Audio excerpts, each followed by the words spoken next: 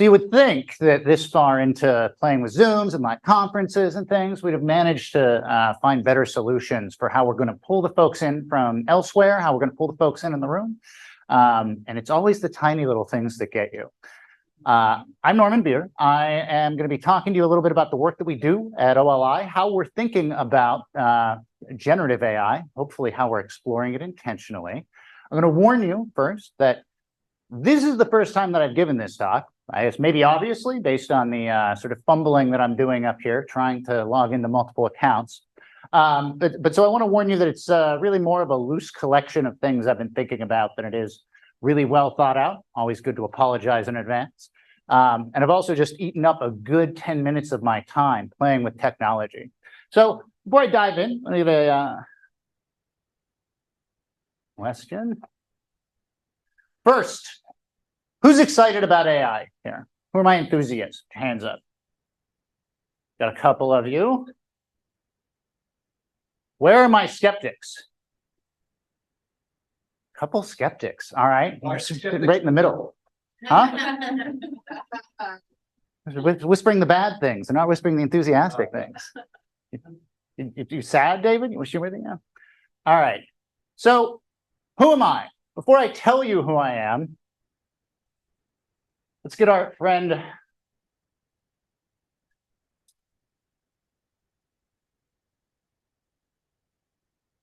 ChatGPT to tell me. So we're going to ask ChatGPT, tell me a little bit about Norman Beer at CMU.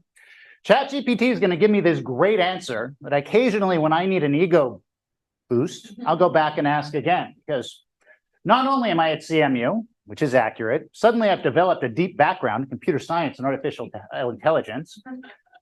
I've been recognized for my contributions to educational technology. The prestigious National Science Foundation Directors Award for Distinguished Teaching. I was very excited to receive this. Pittsburgh Technology Council's Educator of the Year, which has never been awarded. And the Carnegie Science Award for Information Technology, another fictitious bit. So though this is making me feel pretty good, I'm a little skeptical. So what I do is I immediately jump over and I decide that I'm going to look up one of my friends. How many of you know who Ross Strader is? Have you worked with Ross? All right, so Ross Strader is the best learning engineer that I know. He is a close friend. And yet when I ask, who is Ross Strader? So I did what you do. I immediately sent a text telling Ross that he was a loser. Then I thought, all right, I'm going to give it a little more context. Tell me about Ross Strader from Lumen Learning. And it turns out that Ross is the chief operating officer at Lumen. He's one of the co-founders. He is a major advocate for open education. David Wiley, how much of this is true? Almost nothing. And so I tell Ross this, and Ross says, well, you got to give it something. I've got an internet movie database page. Point it to the IMDb and see what it can tell you about me. This is a great test, right? So those of you who don't know Ross, what can you now tell me about Ross Strader? 3 facts. He has an IMDb page. He has an IMDb page. 6'1". He's tall. He's married. He's got 2 kids. It turns out the Ross has a few film credits to his name as well. Death Metal and So What Now, and the critically acclaimed writing credit for Don't Waste Your Pretty. So I gave the thing the information it needed, and this is what it came back with. At this point, I just started playing and asking, you know, what can you tell me? Give you a film review about Ross's movies. Then we move on to ask, can you give me some suggestions? Ross needs to make a sequel. And this is actually the place where this thing actually starts to get great. So I start off a little bit concerned that ChatGPT seems to be freeing me from the tedium of being creative and forcing me to do the fun work of verifying research. Wait, something's not right about that. That's not what I was promised. And it's not just fun and games when we're asking for verification, right? So it's just ChatGPT or it's just these sort of very specific human-centered things. But some of you might have heard last week that Google is doing a really strong job of prioritizing AI answers in their search results. I would recommend that you don't trust the search results if you're looking for health information. Grabbed this one live last week. So who am I? I'm a little bit of a skeptic. I'm also the executive director of the Simon Initiative. I'm the director of the Open Learning Initiative, and I am actually a computer science educator, though not an expert. So all of these things factor into how I'm thinking about the opportunities that we have for generative AI when we think about how we might change and transform education, or at least make it a little better. But my skepticism asks, like, given these missteps, I'm terrified at how anxious we seem to be to throw these technologies at students. Right? Not everyone is proceeding recklessly, obviously, but there's just an awful lot of excitement to say, how quickly can I get a chatbot in front of students to help it teach? It's falling under different kinds of names. We're calling it, can I give it a Socratic tutor, better TAs? So my skepticism suggests that we're so anxious because we have a tendency to do these types of things in ed tech. So let me ask, how many of you have been in ed tech more than 5 years? More than 10 years? 15? 20? 25? All right, so you're my people. You have your hands up now. You've lived through all of this too. You know what an ed tech hype cycle looks like. You remember when the simple possibility of being on the World Wide Web was going to give every child in Africa an MIT level education. And then you remember glorious 2012, the year of the MOOC, which was going to transform and disrupt higher education. New York Times is on top of things. You may also remember when adaptive courseware was going to transform and change higher education. And then we got to the place where magic robot tutors in the sky, oh, I guess I'm missing all of my bad jokes, we're going to transform higher education. It feels a little bad at this point beating up on Jose, but that doesn't stop me. And VR and AR, we're going to transform higher education. Starting to see a theme, we're going to disrupt things. And so now, oh, blockchain, missed my blockchain. Blockchain was going to transform it. And so now AI is going to transform higher education. And in fact, the chatbots are going to teach your children. I am a little suspicious that one of the signs of the hype cycle kicking off is the New York Times getting excited about a technology. So we're really excited about what this stuff is going to do. We're going to disrupt education. What's this moment that we're experiencing? Why are we experiencing all this hype right now? Because the first point, despite the suggestions, as my colleagues back at CMU remind me forcefully, sometimes angrily, AI and education applications aren't new. We've been doing this stuff for 50 years, right? So it's not a new moment, yet something seems to be getting everyone exciting. Similarly, current LLM capabilities aren't actually all that new, right? This has actually been an incremental set of steps, an incremental set of progress. And finally, when we think about where you might see the greatest promise in artificial intelligence, it's actually not in large language models, which most of my colleagues will tell you are likely going to be a dead end. But there's other stuff they're equally excited about. So what is it that is presenting us with this moment of excitement and this moment of hype? My sense is that this is because it's not that the technology has gotten better, it's that our access to it has gotten better, that we have dramatically lowered the barrier to engaging with artificial intelligence so that you no longer need a PhD in computer science, but instead anyone on the street is able to go out and work with these tools. And that actually is a major difference. That is a major change. And it's one of the things that we look back on as maybe on scale with the reasons that the World Wide Web transformed our relationship to the internet. So I think that's a big deal. This is one of the reasons that we should be having this hype. And I'd like you to hang on to that one for a few minutes at least. So why all of the hype now? On the one hand, if you're an enthusiast, we're going to say, well, it's just democratized access to all of this stuff. If you're a cynic, you might note that crypto and the blockchain bubble just seemed to burst and all that energy has to go somewhere. The timing on it is remarkably coincidental. But we've got a little bit of a reason for excitement, maybe a little bit of reason to be skeptical as we proceed. So given my skepticism, why am I here right now? Why am I even talking about this? Well, turns out there are some things that are kind of exciting that are happening right now. And one of the first is this. This isn't a new piece that we're trying to explore. Likely everyone in the room has seen Bloom's 2 sigma problem represented in a number of different ways. Key takeaway, Small group tutoring and one-on-one tutoring have a tremendous ability to improve student achievement. We don't know exactly why, but we've got some suspicions, and those suspicions would suggest that the ability to tie directly to students' prior knowledge, the ability to personalize, the ability to provide really targeted support, and if you squint and you trust them, not to tell you to drink your own urine, you can imagine models where large language models are able to provide that kind of support, and that's promising. That's super exciting. So this is one reason for excitement. Second reason for excitement, I'm going to show you my current favorite scientific paper, favorite scientific discovery. This one I'm really excited about. So Ken Kadinger, if you don't know him, Ken is a learning scientist back at Carnegie Mellon, and Ken has managed to have like 2 or 3 of those sort of world-changing discoveries in his career, and each time he sets off to prove something and then ends up proving the opposite. And so in this case, Ken and his colleagues decided that they were going to figure out once and for all why it is that some students learn faster than others. Right? Intuitively, we know this is true. Some students are faster learners, some students are not quite as fast. Luckily, through just decades now of learning research data across lots of different learning environments, they have the data trace to really understand and see what is the learning rate that's happening across different kinds of students. And what they discovered is that students don't actually learn at different rates, that when you put a diverse group of students into a well-designed learning experience, they will acquire knowledge at the same rate.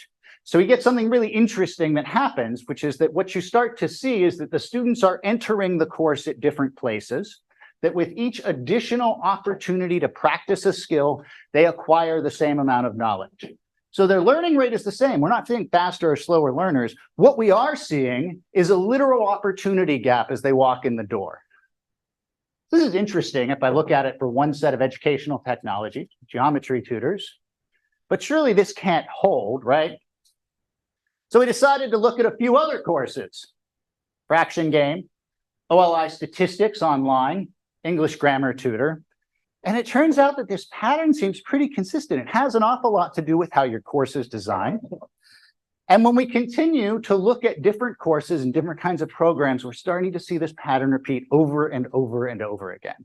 Why is this exciting? Well, one, this is one of the most actionable learning science findings that I've ever seen. That what we need to do is find ways to get students more opportunities to practice a skill and then help to connect to their motivation to get them to practice, and they're going to learn this stuff. That's exciting. Second reason it's exciting is that when we think about what we're able to do as designers of educational technology, it's that we see real opportunities to increase the rate of learning. We can increase the slope. And this is when we start talking about questions of iterative improvement. How do I understand if I'm making a learning experience better? This is one definition of better. This is exciting to me because these types of opportunities of both providing the opportunities, of personalizing the opportunities, and of connecting to students' motivations, connecting to their prior knowledge in ways that are going to get them to take those opportunities, kind of feels like it might not be a bad job for large language models. So we've got some options, we've got some opportunities in this world of AI and education. Even if you're a skeptic, there's some things to be excited about. Changing gears slightly, how many of you have heard of the Simon Initiative before? A couple of you. How many of you have heard of the Open Learning Initiative? All right, I am going to just blast through this part of the presentation just to give you a taste for those of you that aren't aware, because this really informs how we are approaching this work of deliberately thinking about generative AI. Right? So this piece is important, but I don't want to take up too much time since I already used time playing with the technology. I mentioned at the beginning I'm the executive director of a project called the Simon Initiative. One of the things that's interesting about Carnegie Mellon is that we do not have a college of education. Very, very deliberate plan back in the President Seyert years. Said, look, there's certain things we're going to try to get good at, and that means we're going to give up on certain things. We're not having a college of ed. We're not going to have a law school. We're never going to have a medical school. But we've ended up with a whole host of work that sits across the university and almost every college and school, focusing on that place where learning science and educational technology intersect. And when we look back at why this is the case, we tend to look back about 55 years to the work of Herbert Simon. Simon is best known, probably, for his Nobel Prize in economics, though he's equally well known for winning the Turing Award, one of the founders of artificial intelligence, which makes our conversation about him very germane today, but also one of the early founders of cognitive science. And he starts to get this question in his mind about, if I'm going to understand organizational behavior, which is what got him his Nobel Prize, I need to understand people. And if I'm going to understand people, I'd like to understand how they think, which leads them into AI, which leads them into these questions of how do people learn. And so much of the work that we do at Carnegie Mellon around education, technology, and learning science builds off of Herb Simon's work. And as later part of his career, he gets really interested in how do we apply this stuff? How do we make education better? Challenges his colleagues to say, look, if we're going to make this work better, we need to move beyond teaching as a solo sport, one person standing up here talking at you, kind of the way I am now, sorry, and move towards a community-based research activity. This idea that the improvement of learning is research that is all of our responsibilities and that we all need to take as seriously as our research in our own domain. So this is the challenge. And he has a notion of how we should go about that. When we think about Simon's vision of the world, Simon's vision of how we can study learning, his first assertion is going to be, we need to make learning something that you can observe. He doesn't have a lot of patience for leading theorists of his days. He says aren't scientific. They don't have this question of observation. But this creates a challenge for us because how can we observe learning taking place? Change of knowledge state of the brain, not something that we can directly observe. And so we are stuck building models of what we think is going to be happening as that knowledge state changes, and then connecting those models to actual observable practice. This gives us a chance to prove, disprove, or refine our model. And we talk about this approach broadly as a learning engineering approach, a phrase that Simon uses in which he talks about using that model as a tool to connect what we're learning from the sciences with new kinds of innovations. And so what we know from the sciences can define our model, which in turn builds out our instruction. We need to be careful to instrument this innovation, right? This is our path by which we can actually make these observations, use them to refine the innovation. And in the aggregate, we want to think about pushing this information back to our colleagues in the learning science. We've got two really nice virtuous cycles here, but that point of instrumentation is really, really important, that we need to be able to start pulling these data out of the learning experiences and these new approaches if we're going to be able to study them. One example of this learning engineering approach is the Open Learning Initiative. OLI is a now 23-year-old research and development project. We build online courseware that is intended to both deliver the best learning experience that we know how to do, while also providing a place to ask fresh questions. We're really trying to exemplify that learning engineering cycle. OLI's work originates back in 2001, about the same time that MIT's Open Courseware project is launching. We get a similar investment from the Hewlett Foundation with the intent to focus on demonstrably enacting learning. 20-odd years later, we have been really successful at building on that vision. And as part of that work, we take seriously this charge from Herb Simon of bringing a larger community of instructors into this community-based research activity. We're a little obsessed about collecting data from these experiences. Already heard me going off about the instrumentation. Our mission has changed a bit over the years in that initially our focus was exclusively on building these environments for independent students. We too got into the hype of the notion that there's just students out there in the world alone, but desperate to learn statistics if we can just give them the chance to do it. What we found was that these really well-designed courses were being picked up by faculty, used in their classroom to replace textbooks, and the data that were coming off of these were changing how they undertook their classroom activities. And so we shifted our mission a bit, continued to focus on students, but we also want to engage with educators to better understand how these tools can be used to transform education at scale. OLI builds courseware. Our approach really hits on that Simon-esque notion that we are designing as a hypothesis, and this means, I assume that with a certain set of activities, students are going to have a change in knowledge state. If my hypothesis is complete enough for testing, then I need to have ways of observing whether that knowledge state has happened. We need to be assessing student learning and using that to close our loop and either prove our hypothesis or suggest that we need to change it. Throughout our work, we emphasize collecting learner interaction data that drives a number of powerful feedback loops. Feedback to students, really, really important. How can we give them personalized and targeted feedback that address misconceptions? But we also want to use these data to provide feedback to faculty. We've been really excited over the years at building out learning dashboards. In case of this example, we've got the examining relationships module in our stats course, which has been assigned to students before class. When I'm getting ready to teach, I can quickly take a look to see against these learning objectives, what are the ones the students are doing okay in, students in the green, what are the ones that they're still challenged, yellow and red, and then I can start to drill down to better understand what are the nature of the questions they're getting wrong, what are the kind of misconceptions that they're demonstrating, and then I can change what I do when I walk into the class, come up with some new activities, and make really, really good use of this face-to-face time. So one of the things that I get to do every summer, they still let me teach an intro to CS course, which I love to do, although summer classes are tough. And I have the benefit of eating my own dog food. So I teach with an OLI course. And I'm going to tell you that what I just did there, the sort of fast trick where I'm like, oh yeah, you're going to look at this dashboard. You're going to quickly change what your instructional activities are. And you're going to waltz into class and do new things. That stuff's hard.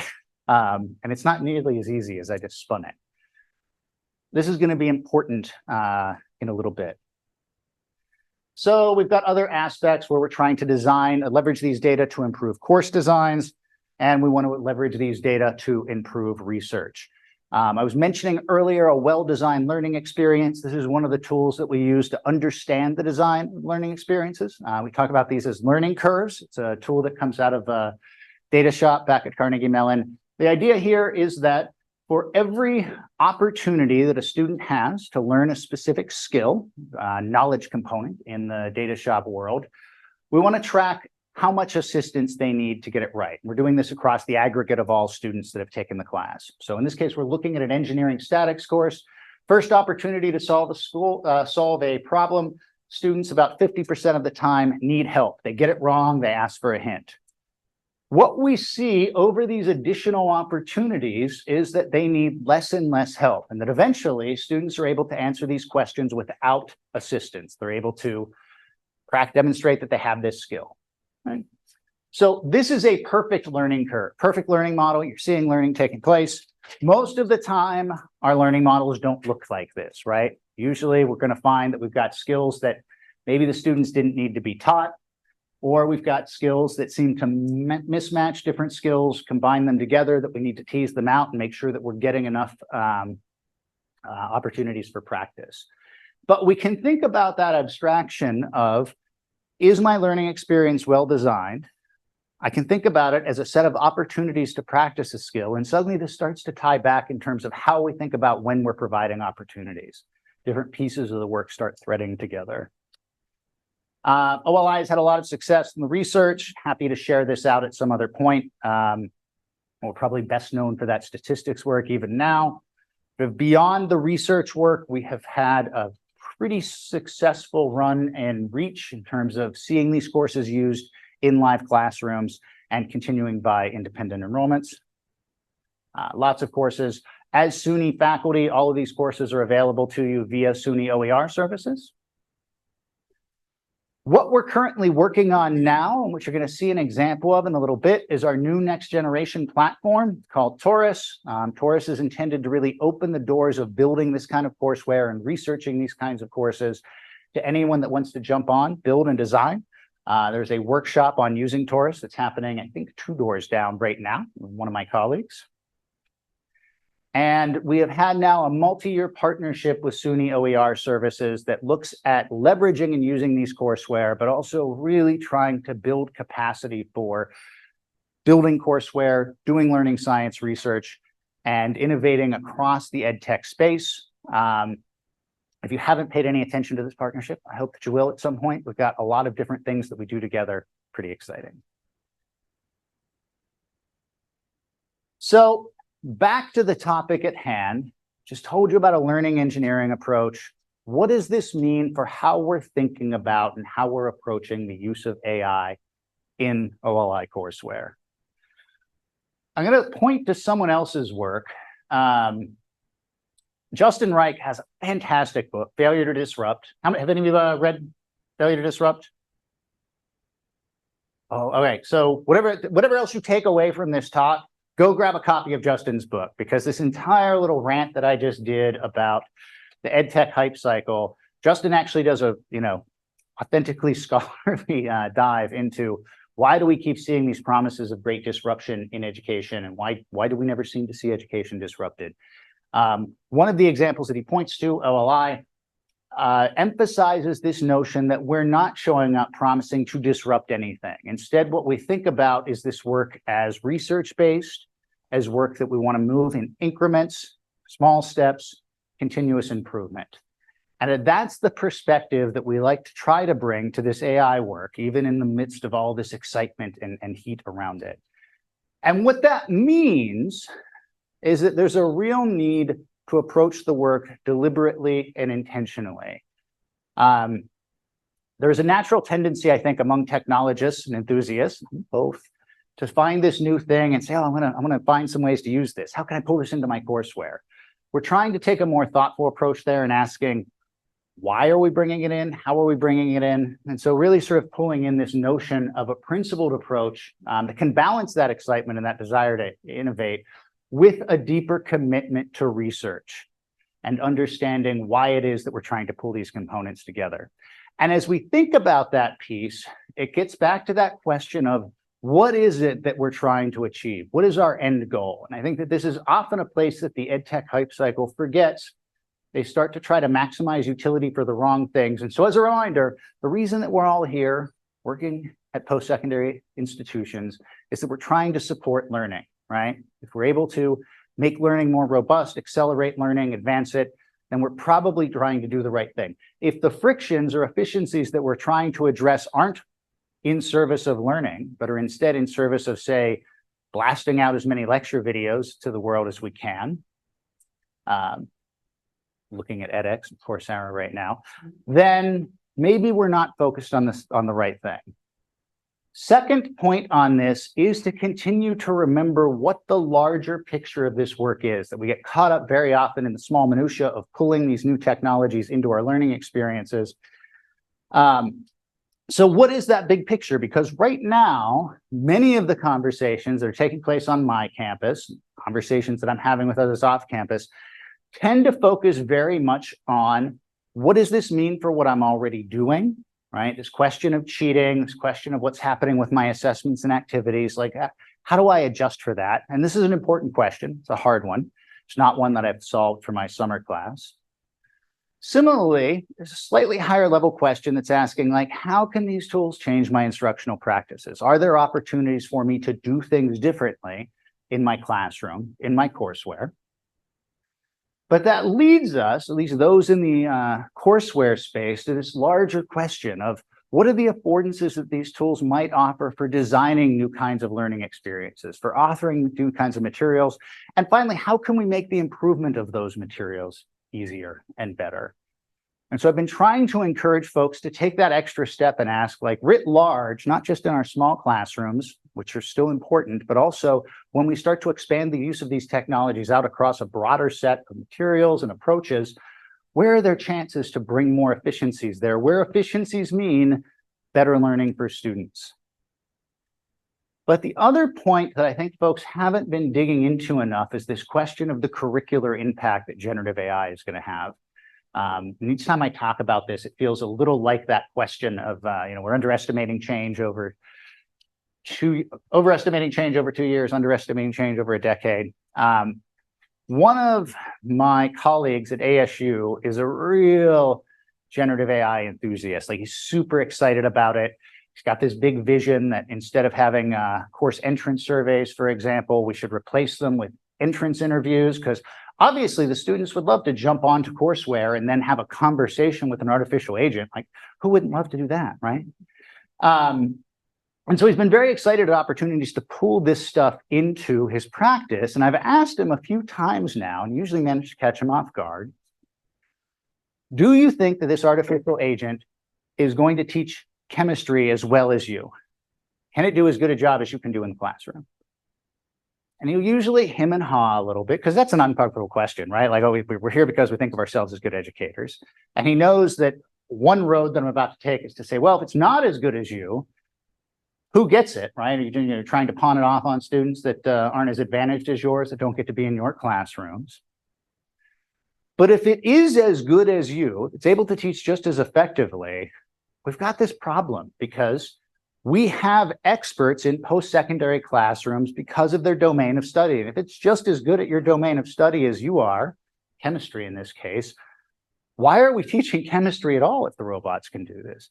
And some of this is flippant and me messing with the people that I work with. But I think that there's an authentic question here of how the affordances of these tools are going to give us a chance to rethink what needs to be taught in post-secondary. And I'm not sure that we've grappled with that. I think the folks that are actually grappling with it the best seem to be in the writing domains. People really asking, what is it that we're trying to teach when we teach writing, and what of those pieces do we no longer need to support? No good answers there. Sorry, I just have messy, hard questions sometimes. So with those big questions in mind, we're still trying to work to find some ways to effectively use and research these tools in the OLI context, trying to be guided by this notion of incrementalism. We're a little obsessed with making sure that, yes, we are gathering the data from the experiences when we implement. We want to tie these things to meaningful opportunities for learning and assessment. But there's also a real commitment to stepping back regularly and evaluating how well these little experiments that we're running with generative AI in lots of different contexts are going to work.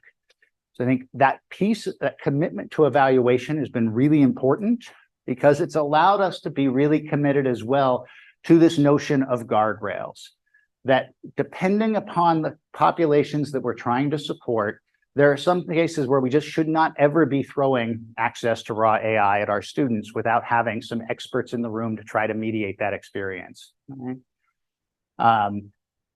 When the AI makes a bad suggestion to a faculty member, they can say, no, that's a stupid idea, spank it, and move on to the next idea. The students, as we're going to find, don't always have a reasonable sense of what the risks are, and they have an undue amount of trust in terms of what they believe these things are telling them. So we want to maintain this connection with research. We want to maintain this connection with the history of EdTech. And at the same time, this question continues to be, how do we use these tools to make the learning more robust, more accessible, and more efficient? And so we've broken out our approach across those same populations that I've detailed in terms of who can the data be supporting. We're investigating ways that we can find better supports for students, better supports for instructors, better supports for designers, and better supports for researchers. So here's where things get messy, because what I was about to do was log into my system and show you what we're doing with students. The problem with that is that logging into my system requires my really complicated Google password that I changed about a week and a half ago and that I do not remember. But if you'll bear with me for about 30 seconds, I'm going to try to figure it out. Give me 1 second.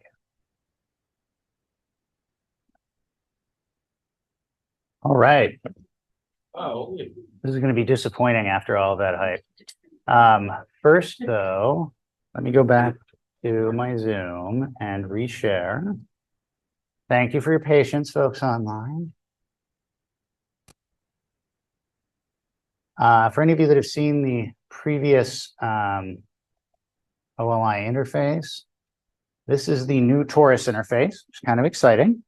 And what I want to introduce you to, I'm going to jump into the page context here.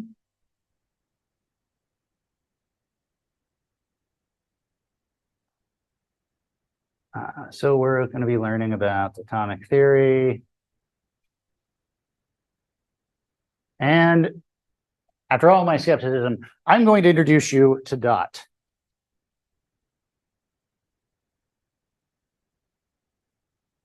So Dot under the hood is ChatGPT-4. What we've done is we've pre-prompted Dot with a number of different things, starting off with the course content. Don't ever demo anything live.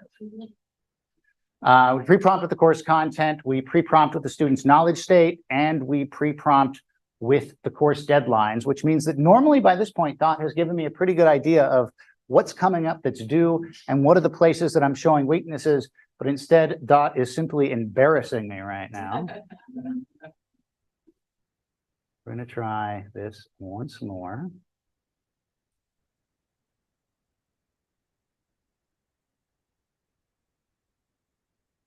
On a different demo.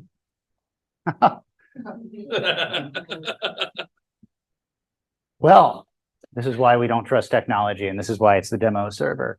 That was embarrassing. Do I have any other options here for... I'm going to try it once more.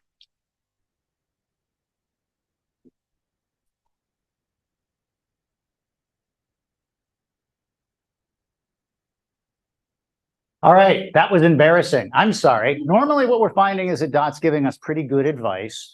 And behind the scenes, what we have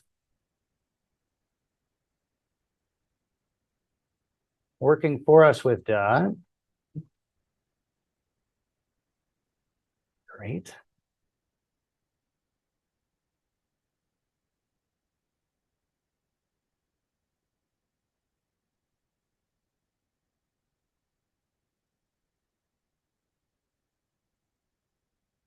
So this is an individual course section of our real chemistry course. What we've done is created the ability to go in and begin editing and making modifications directly to the prompt that powers Dot.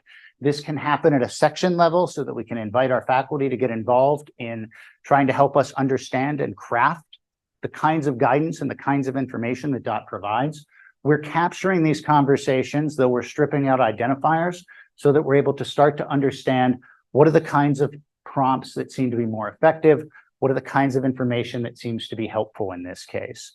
So it's that combination of saying, yes, if the big move on this work is that it allows anyone to go in and engage with the AI, then let's take advantage of that and get some of our expert instructors involved in helping us to understand the kind of feedback. We do provide a little bit of access via variables to what's the course, what's the information that you have in advance. And we've been lucky to be able to take this, what's really an early prototype, we haven't had this in front of any students yet, and put it out via an HCI capstone team.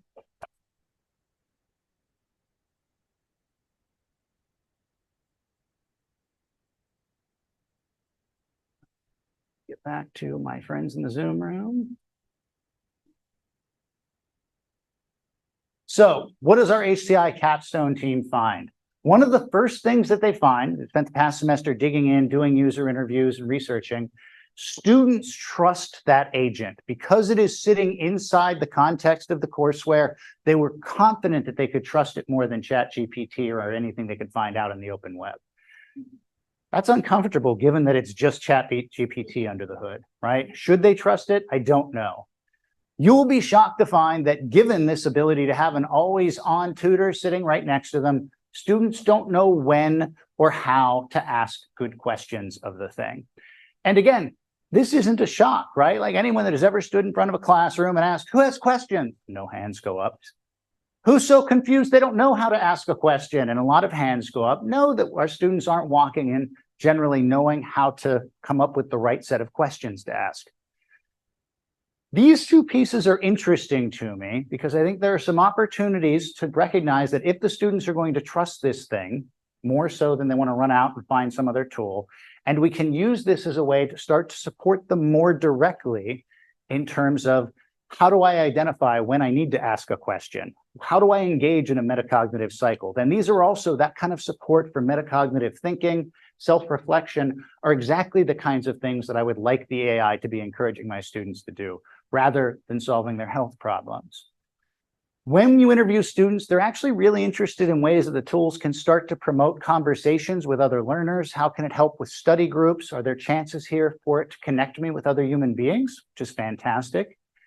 And when we've done some experiments in using this thing as a TA, just starting off when answering questions in discussion boards and making sure that the human TAs are reviewing and evaluating it, it turns out that they're really good at coming up with good answers and then categorizing them for you and pulling them into FAQs. Looking at where we're headed, Just about. I got slide and a half, almost done. Looking at where we're headed, instructors, as I mentioned earlier, we've been really obsessed with data analytics, but it turns out that very few of us are good at looking at data and taking action on it. Even people that teach statistics and ought to be good at it. I'm pretty excited at the opportunities of pre-prompting this thing with evidence-based practices, equitable approaches, and saying, all right, now interpret this data and provide some suggestions for the faculty member. And they're sophisticated enough to know when those ideas are bad, right? So there's some real opportunities here to continue to build and inform connections. Obviously, we're excited at how this can speed up the design and improvement process. And we continue to do some work around driving new kinds of experiments and seeing the agent help us to drive those experiments in course. If you're interested in getting involved in any of this, we've got a number of grants that are active. Tony DeFranco, who's not in the room, can help connect you to me. And in any of these opportunities, there's a chance to get into the system, build some courseware, but also now start to experiment with this agent in what we hope will be a scientific, thoughtful, and responsible way. Thanks so much. I'm so sorry that I just completely wasted so much time playing with the technology. Hopefully it was interesting. Look forward to talking with you a little more in the coming days. Thanks. Thank you. That was great.